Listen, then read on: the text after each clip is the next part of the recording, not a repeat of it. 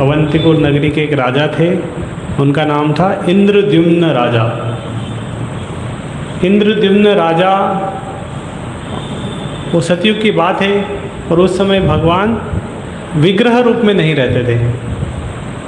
भगवान का रूप का पूजा अर्चना नहीं होती थी। तो इनके मन में भगवान को देखने की बहुत इच्छा हुई, इंद्रद्युम्न राजा के मन में। तो ये भगवान को देखना चाहते थे। इन्होंने अपने सारे बड़े बड़े ब्राह्मणों सबको बुलाया, बोले मैं भगवान को देखना चाहता हूँ, मैं बहुत तीव्र उत्कंठा है मेरे अंदर, भगवान का दर्शन करना है, कोई रास्ता बताइए, नहीं तो मैं अपने प्राण त्याग दूंगा, इस तरह वो बोल रहे थे। तो सारे ब्राह्मण बोले, आप महाराज आप कुछ, हम भगवान का ढूंढते हैं कहीं ना कहीं। तो उसी समय एक ब्राह्मण कहीं से अदृश्य रूप में वहाँ पे आया और उन्होंने बताया कि हे महाराज, भगवान अभी इस समय नीलाद्रि पर्वत के निकट नील माधव के रूप में विराजमान हैं, आप उनका दर्शन कर सकते हैं। तो इस तरह एक कुछ भविष्यवाणी हुई और फिर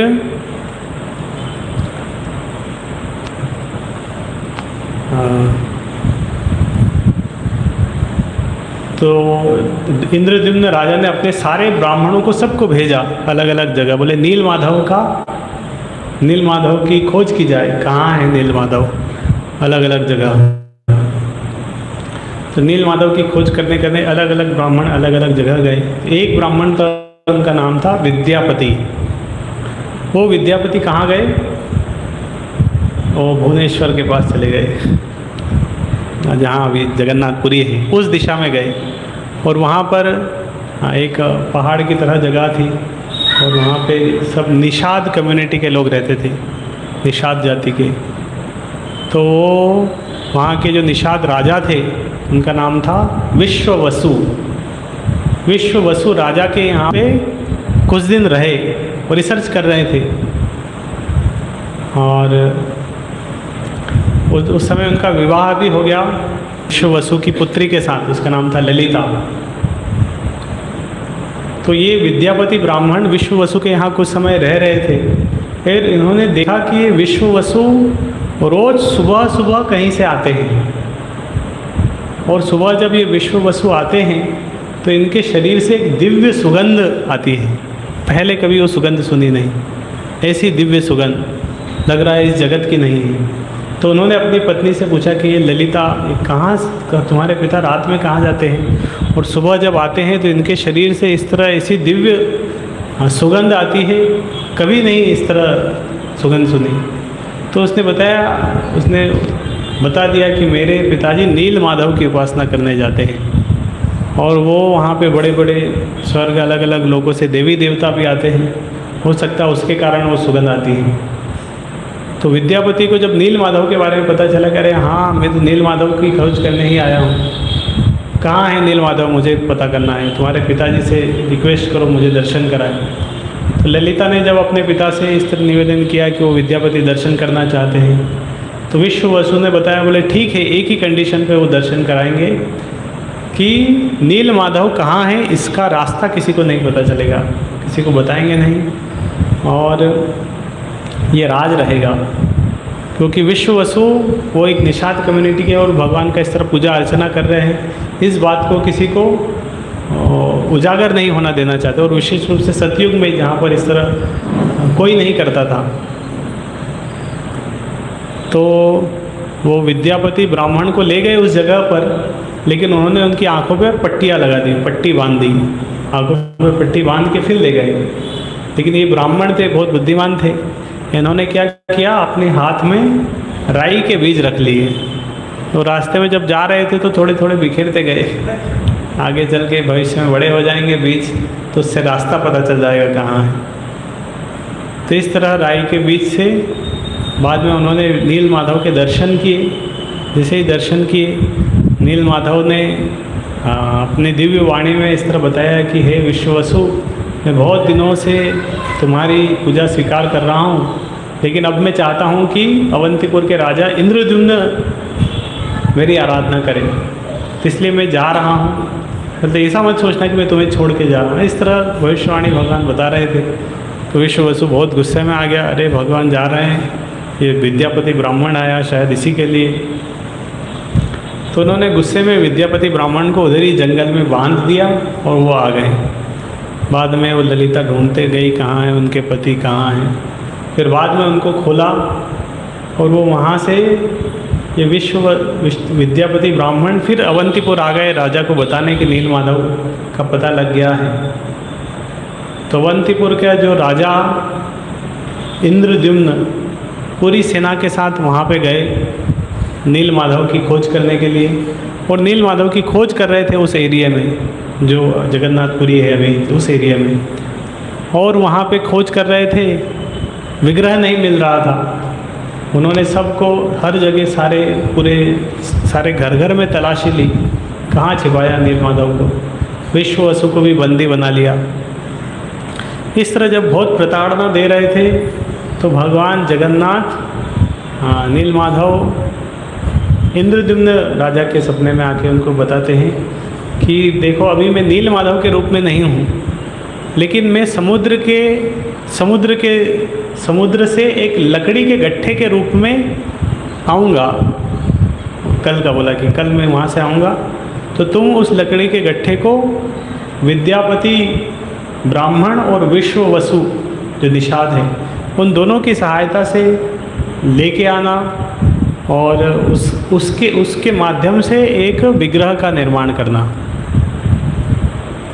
तो अगले दिन लकड़ी से ही समुद्र से एक बड़ा लकड़ी का गट्ठा आया। राजा ने पहले बहुत प्रयास किया उसको उठाने का अलग अलग सेनाओं के माध्यम से, लेकिन वो उठा नहीं पा रहे थे। बाद में विश्ववसु और विद्यापति दोनों ने जब हाथ लगाया तो वो उसको उठा पाए। फिर उसको लेके वो वहाँ पर लेके आए राजा के पास में। फिर राजा ने बताया कि अब इससे हमें विग्रह का निर्माण करना है। किससे विग्रह का निर्माण करें, कौन करेगा? तो एक कारीगर उस समय आया। अलग अलग बहुत सारे कारीगर आ रहे थे, लेकिन वो कारीगर जो भी आ रहे थे अपने अस्त्र शस्त्र छीनी जब भी उसके ऊपर यूज़ करते वो टूट जाते थे। हथौड़ी टूट जाती, छीनी टूट जाती, तो उससे बना नहीं पा रहे थे। लेकिन एक बूढ़ा ब्राह्मण आया, वो उठा भी नहीं पा रहा था। वो बोले नहीं नहीं मैं बना दूंगा राजा जी हम बना देंगे। तो राजा सोच रहे थे ये उठा नहीं पा रहा है, क्या बनाएगा। तो बोले नहीं आप हमें 15 दिन का कुछ समय दीजिए, लेकिन हमारी एक कंडीशन है, हम अंदर में अकेले अकेले बनाएंगे, कोई देखेगा नहीं, गेट अंदर से बंद रहेंगे। तो इस तरह वो कारीगर जो बूढ़ा कारीगर आया था वो अंदर में बना रहा था। वो वास्तव में विश्वकर्मा थे। वो इस रूप में आके भगवान की सेवा कर रहे थे। तो बना रहे थे अंदर से विग्रह का, और उससे आवाज़ आती थी। तो राजा दिन भर वो आवाज़ सुनता था, और आवाज़ सुन के वो बाहर में खड़ा रहता था। एक दिन आवाज़ आना बंद हो गई। मैं सोचा अरे क्या हो गया है, बूढ़ा कारीगर कुछ हो तो नहीं गया है, इसको कभी बाहर ही नहीं निकलता है, काम तो नहीं रुक गया। तो उन्होंने शुरू में कंडीशन रखी थी राजा आप अंदर नहीं आना, लेकिन राजा भूल गया वो कंडीशन जब आवाज़ आना बंद आ गई, और वो गेट खोल के अंदर चले गए। तो अंदर में जब देखा तो भगवान का विग्रह किस रूप में था? इसी रूप में था। मतलब बहुत बड़ी बड़ी आँखें थी, हाथ इस तरह थे, उंगलियां नहीं थी उसमें, और फेस भी इस तरह था, समझ नहीं आ रहा था। राजा ने सोचा अरे मैं गलती कर दिया, इस तरह विग्रह का निर्माण कार्य पूरा नहीं हो पाया। मैं असमय ही इस गेट को खोल दिया। असमय गेट खोलने के कारण वो कारीगर चला गया, और विग्रह का कार्य अधूरा रह गया। तो राजा बहुत दुखी हुए, बोले नहीं मैं अपने इस अपराध के कारण अपने प्राण त्याग देता हूँ। तो राजा ने खाना पीना सब छोड़ दिया। लेकिन फिर भगवान जगन्नाथ उनको सपने में आके बताते कि नहीं नहीं मैं इसी रूप में रहता हूँ, यही विग्रह का कार्य अभी अधूरा नहीं, ये पूरा हो गया है। यही मैं इसी रूप में वैकुंठ लोक में नित्य रूप से विराजमान रहता हूँ। ये कौन सा रूप है? वही रूप है जो हम थोड़ी देर पहले जो स्टोरी बताई थी, जगन्नाथ बलदेव सुभद्रा जो गेट पे जिस तरह थे, तो उसी रूप को इस कारीगर ने यहाँ इस तरह बनाया। और उन्होंने बताया कि मैं इस रूप में यहाँ पर वैकुंठ में नित्य रूप से निवास करता हूँ। तो उन्होंने राजा इंद्रद्युम्न से बताया कि अब तुम मेरे लिए एक मंदिर का निर्माण करो।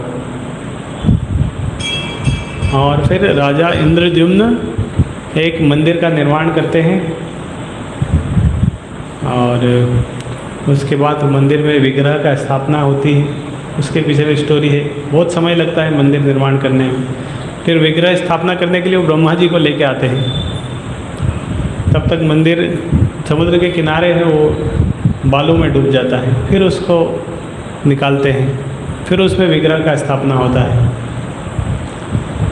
तो जगन्नाथ बलदेव सुभद्रा का इस तरह जो जगन्नाथपुरी में जो मंदिर है वो किसने बनाया था? राजा इंद्रद्युम्न थे। वो राजा कहाँ के थे? मध्य प्रदेश के थे। हमारे इधर के राजा थे, उज्जैन के राजा थे इंद्रद्युम्न। तो जगन्नाथ बलदेव सुभद्रा के रूप में भगवान आए। इंद्रद्युम्न राजा इस तरह प्रार्थना किए, और भगवान ने भी इस तरह बताया था नारद मुनि को कि वो सारे जगतवासी को इस रूप में दर्शन देंगे। तो भगवान इस तरह जगन्नाथ बलदेव सुभद्रा के रूप में जगन्नाथपुरी में दर्शन दे रहे हैं बहुत सालों से। तो क्या करना चाहिए हमें? दर्शन करने जाना चाहिए, है कि नहीं? तो इसीलिए इस जीवन में बहुत बार जाना चाहिए, कम से कम 1-2 बार तो। ज़्यादा दूर नहीं है, पास में ही है। ट्रेन में बैठेंगे 1 दिन में पहुंच जाएंगे। हर जगह से आजकल तो डायरेक्ट ट्रेन है। तो जाके भगवान का दर्शन करके आना चाहिए। बहुत सुंदर दर्शन है, बहुत बड़ा विग्रह है, और पूरी दुनिया से लोग आते हैं। रोज़ सुबह बहुत सारे भीड़ हो जाती है, और बहुत भीड़ के साथ लोग भगवान का दर्शन करने जा रहे हैं। इतनी सुंदरता है भगवान के रूप में। किसी और के रूप में इतनी सुंदरता है? आपने देखा कोई मिस इंडिया, मिस यूनिवर्स जो बहुत सुंदर है, उसके घर के बाहर में बड़ी भीड़ है दर्शन करने के लिए। सब लाइन लगी है, लोग बस एक झलक मिल जाए, थोड़ा सा देखने को मिल जाए, इस तरह बड़ी भीड़ रहती क्या? होती होगी थोड़ी बहुत 2-4, लेकिन मंदिर में जिस तरह लोग दर्शन के लिए इतने घंटों घंटों खड़े रहते हैं, इतनी भीड़ नहीं रहती है। तो थोड़ी देर के लिए दर्शन मिलते हैं बस, फिर लाइन में खड़े हो जाते हैं। तो इस तरह भगवान का दिव्य रूप है, दिव्य सुंदरता है, और हमें उसका दर्शन करने के लिए जाना चाहिए। और इस तरह बताते हैं कि भगवान को जब सोना होता है तो वो कहाँ जाते हैं? भगवान को जब नींद आती है, सोना है, तो वो कहाँ चले जाते हैं? वो श्रीरंगम में जाते हैं। श्रीनाथ जी नहीं, रंगनाथ। तो रंगनाथ के रूप में भगवान क्या कर रहे हैं?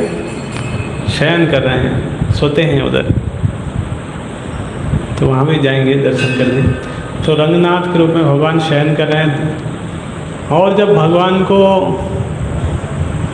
तपस्या वगैरह इस तरह करना होता है, कहाँ जाते हैं? बद्रीनाथ जाते हैं। भगवान को कुछ राजकाज करना है, मैनेजमेंट करना है, तो कहाँ आते हैं? द्वारका में आते हैं। इस तरह भगवान को डांस करना है तो किधर जाते हैं? फिर मायापुर जाते हैं, वृंदावन में भी डांस करते हैं। लेकिन भगवान को भूख लगती है तो कहाँ जाते हैं फिर? तो फिर जगन्नाथपुरी जाते हैं, उधर खाने को मिलता है। तो इस तरह जगन्नाथपुरी में भगवान खाते हैं, हमेशा खाते हैं, फिर हाथ धोते हैं, पूछते, हाथ सूखते भी नहीं होंगे, फिर से नया भोग आ जाता है। तो भगवान तो जगन्नाथ जी इतने दयालु है कि उनको अगर हम केवल भोग लगा देते हैं तो वो खुश हो जाते हैं, और भोग को अगर हम अच्छे से ग्रहण करते हैं तो और खुश हो जाते हैं कि भोग ग्रहण, हमारा भोग ले रहा है, प्रसाद ले रहा है। इसीलिए हमें जगन्नाथ की सेवा के लिए आगे रहना चाहिए। बहुत सरल है, भोग खिलाना है बस, और प्रसाद ग्रहण करना है। तो ये जगन्नाथ जी की स्टोरी है।